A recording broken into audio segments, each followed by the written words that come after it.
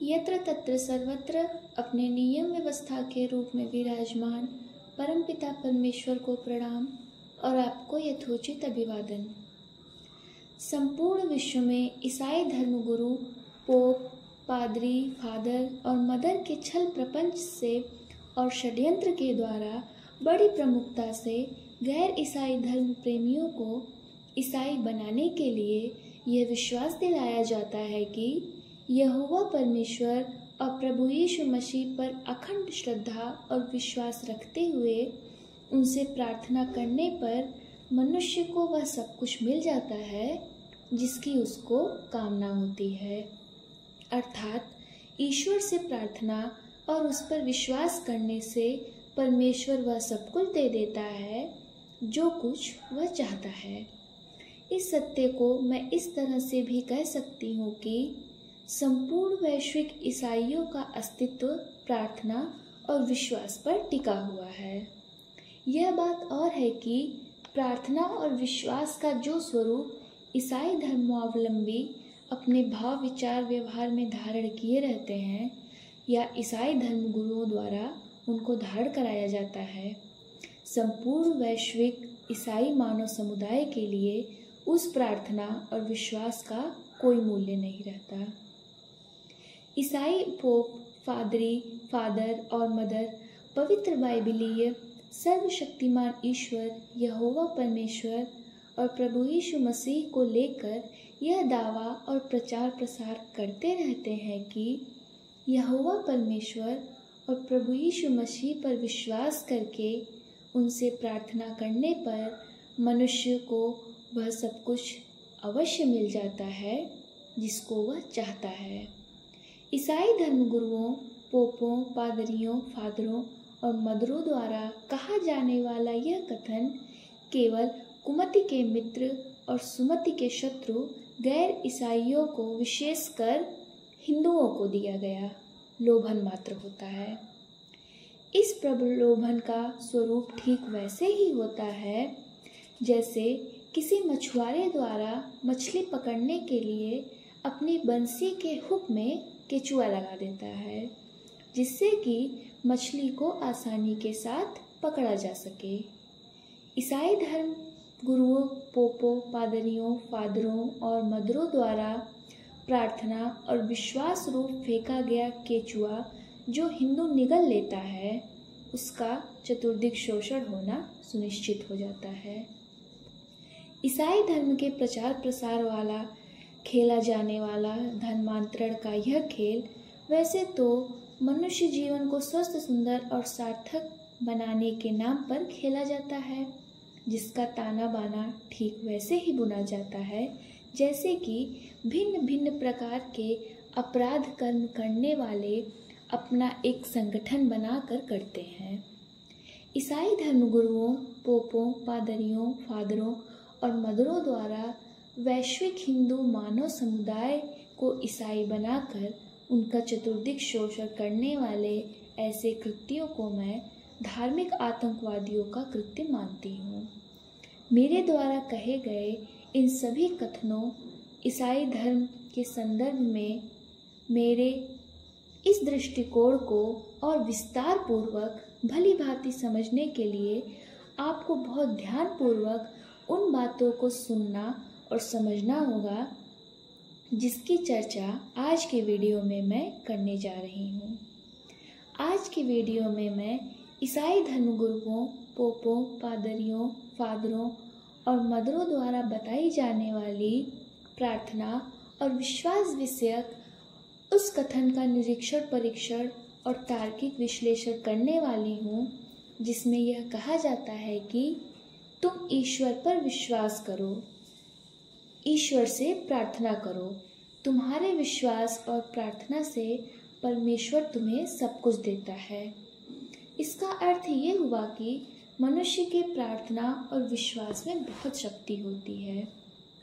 फलतः मनुष्य अपनी हर प्रकार की इच्छा पूर्ति बड़ी सरलता के साथ कर सकता है, क्योंकि ऐसे प्रार्थना और विश्वास की बात ईसाई धर्मगुरुओं, पोपों, पादरियों, फादरों और मदरों द्वारा की जाती है।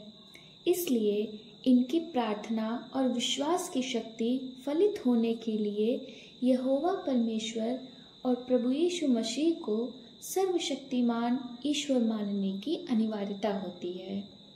क्योंकि यदि मैं किसी ऐसे ईसाई के प्रार्थना और विश्वास की बात करूंगी जो हिंदू से ईसाई बना है, तो आप उसके प्रार्थना और विश्वास की शक्ति को फलित होने में संदेह कर सकते हैं।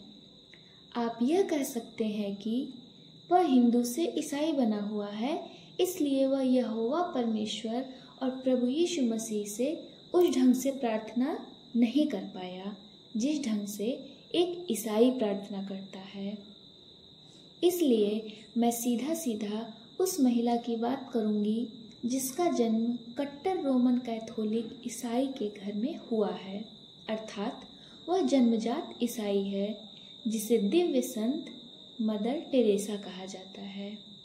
सन 1983 में जब mother Teresa pope John Paul द्वितीय से मिलने वेटिकन पहुंची तो उन्हें दिल का दौरा पड़ा। दिव्य संत मदर टेरेसा को 6 साल बाद जब दूसरी बार दिल का दौरा पड़ा तो उन्हें पेस मेकर लगवाना पड़ा। तब वह भारत में थी। यह सन 1989 की बात है। फिर 2 साल बाद 1991 में जब वे मैक्सिको में थी तो उन्हें निमोनिया के रूप में फेफड़े का भी एक दौरा पड़ा, जिससे उनकी हृदयगत समस्याएं और विकराल हो गई। फिर 5 साल बाद 1996 में अप्रैल माह का वह दिन भी आया जब वो गिर पड़ी और उनकी कॉलर बोन टूट गई। अभी वो कॉलर बोन टूटने की समस्या से संघर्ष कर ही रही थी कि उन्हें मलेरिया भी हो गया और उन्हें तीसरा दिल का दौरा भी पड़ गया।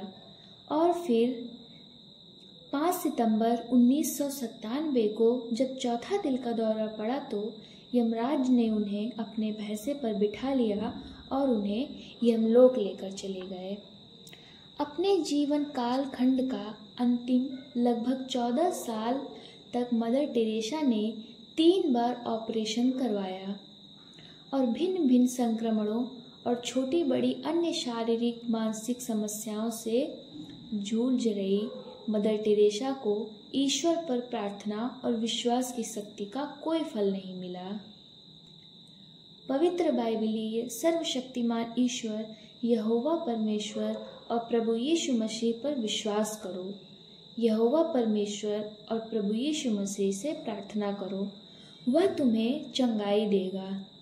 हिंदुओं को ऐसे ही अमृत वचनों का पान कराकर ईसाई बनाने वाली मदर टेरेसा ने तत्कालीन लग्जीरियस हॉस्पिटल और टॉप मोस्ट डॉक्टरों की सर्वोच्च कोच की चिकित्सा का उपभोग क्यों करी? दिव्य संत मदर टेरेसा उस अमृत वचन का पान करना क्यों भूल गई जिससे वह कुमति के रागी सुमति के द्वेषी हिंदुओं को ईसाई बनाने के लिए कहा करती थी कि यहोवा परमेश्वर और यीशु पर विश्वास करके प्रार्थना करोगे तो यहोवा परमेश्वर और प्रभु यीशु मसीह तुम्हें वह सब कुछ देगा जो कुछ तुम चाहते हो। क्या दिव्य संत मदर टेरेसा परमेश्वर पर विश्वास और परमेश्वर से प्रार्थना करना भूल गई? यह ईसाई धर्मगुरुओं, पोपों, पादरियों, फादरों और मदरों द्वारा बताया प्रार्थना और विश्वास हिंदुओं को ईसाई बनाने का एक छल प्रपंच और षड्यंत्र है। यह परमेश्वर पर विश्वास और उससे प्रार्थना करना व्यर्थ का उद्यम है। जिस दिव्य महिला संत मदर टेरेसा की जीवित अवस्था में ही ऐसी स्थिति थी, वही दिव्य संत मदर टेरेसा अपनी मृत्यु के पश्चात मोनिका और मार्सिलियो को चंगाई देकर संत बन गई। मोनिका और मार्सिलियो और मदर टेरेसा विषयक प्रसंग की भी जान समझ लेना उन सब के लिए अति आवश्यक है जिन लोगों को अपना मनुष्य जीवन स्वस्थ, सुंदर और सार्थक बनाना है या बनाना चाहते हैं।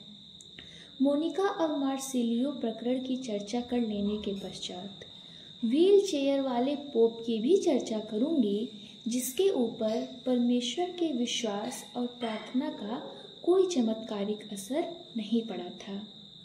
मोनिका बेसरा और मार्सिलियो, ये दोनों वही महिला पुरुष हैं जिनको अपनी मृत्यु के पश्चात मदर टेरेसा ने तथाकथित चमत्कारिक षड्यंत्र वाली चंगाई प्रदान करी थी। मृत्यु उपरांत मदर टेरेसा द्वारा चमत्कारिक षड्यंत्र वाली दोनों चंगाई के आधार पर 4 सितंबर 2016 को रोमन कैथोलिक वेटिकन चर्च द्वारा मदर टेरेसा को दिव्य संत की उपाधि दी गई थी। यद्यपि कि 19 अक्टूबर 2003 को सेंट पीटर स्क्वायर द्वारा मदर टेरेसा को संत की उपाधि पहले भी दी जा चुकी थी। जो मदर टेरेसा जो अपनी जीवित अवस्था में यहोवा परमेश्वर और प्रभु यीशु मसीह पर विश्वास और प्रार्थना करके हजारों लोगों को विश्वास और प्रार्थना के बल पे चंगा किया था और मृत्युपरांत मोनिका और मार्सिलियो को चमत्कारिक ढंग से चंगाई प्रदान करी थी, ऐसी दिव्य शक्ति संपन्न मदर टेरेसा अपने जीवन के अंतिम 14 वर्ष क्यों जूझती रही? यदि आप मदर टेरेसा के प्रति श्रद्धा भाव रखते हैं तो मेरे द्वारा कहे गए इस निष्कर्ष से आपको अपच हो जाएगा और आप मेरे निष्कर्ष की अपेक्षा यह कहकर कर सकते हैं कि मदर टेरेसा वास्तव में एक दिव्य संत थी। उनकी लोकप्रियता से ईर्ष्या रखने वाले ईर्ष्यालु लोग उनके ऊपर इस तरह का अपमानजनक और घृणात्मक आरोप लगाते रहते हैं। यह कोई नई बात नहीं है। तो आपके इस कथन पर मैं यही कहूँगी कि चलिए कोई बात नहीं, हो सकता है जैसा आप कह रहे हो वैसा ही सच हो, किंतु मैं आपको दूसरा उदाहरण भी दे रही हूँ जिसे आप बड़ी आसानी के साथ यह समझ जाएंगे तथा मान भी जाएंगे कि ईसाई धर्मगुरुओं, पोपों, पादरियों, फादरों और मदरों द्वारा हिंदुओं को दिलाई जा रही प्रार्थना और विश्वास की शक्ति की 2 अमृत बूंदें केवल और केवल नामक संतोष भर प्रदान कर सकती हैं।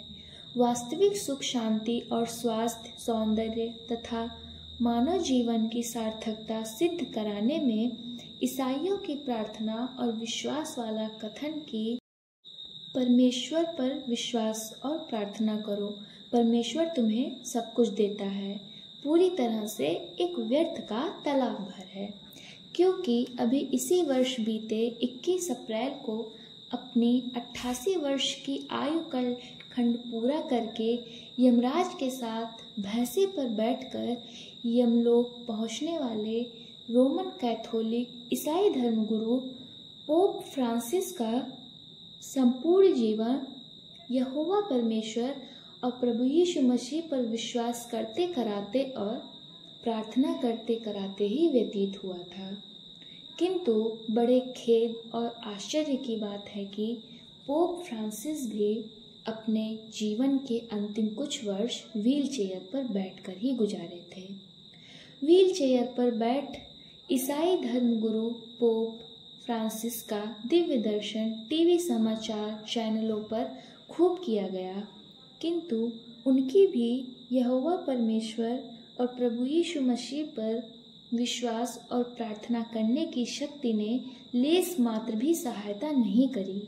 अर्थात मैं यह कह सकती हूँ कि पवित्र बाइबलीय स्वघोषित सर्वशक्तिमान ईश्वर यहोवा परमेश्वर और प्रभु यीशु मसीह पर विश्वास करके स्वयं तथा दूसरों की स्वास्थ्य और सौंदर्य की रक्षा के लिए प्रार्थना करने वाले ईसाई धर्मगुरु पोप फ्रांसिस की परमेश्वरीय विश्वास और प्रार्थना की शक्ति फलीभूत नहीं हो सकी, क्योंकि ईसाई धर्मगुरु पोप फ्रांसिस लंबे समय से type 2 sugar, high blood pressure, multiple bronchitis रोग से पीड़ित होकर व्हील चेयर पर अपनी जीवन यात्रा को पूरा किए। पोप फ्रांसिस की मृत्यु ब्रेन स्ट्रोक और हार्ट फेल होने से हुई। दुनिया भर के गैर ईसाइयों को विश्वास और प्रार्थना की शक्ति से चंगाई देने वाले पोप फ्रांसिस के जीवन का अंतिम चरण इस बात का प्रमाण है कि विश्व भर में फैले ईसाई धर्मगुरुओं, पोपों, पादरियों, फादरों और मदरों द्वारा विश्वास और प्रार्थना की शक्ति से रोग ठीक करने का दावा केवल और केवल गैर ईसाइयों को ईसाई बनाने वाला एक चमत्कारिक षड्यंत्र भर है। इन दोनों उदाहरणों को जान समझ लेने के बाद भी यदि आप परमेश्वरीय विश्वास प्रार्थना की चंगाई पर श्रद्धा रख करके अपना मनुष्य जीवन स्वस्थ, सुंदर और सार्थक बनाना चाहते हैं तो इसके लिए आप पूरी तरह से स्वतंत्र हैं। लेकिन मैं तो यही कहूँगी कि जब व्हील चेयर पर सवार पोप फ्रांसिस स्वयं की चंगाई नहीं प्राप्त कर सकता है और मदर टेरेसा भी 14 वर्ष तक गंभीर शारीरिक व्याधियों से जूझती रही, तो दुनिया के अन्य बीमार लोगों को ईसाई धर्मगुरु, पोप, पादरी, फादर, मदर कैसे ठीक कर सकते हैं।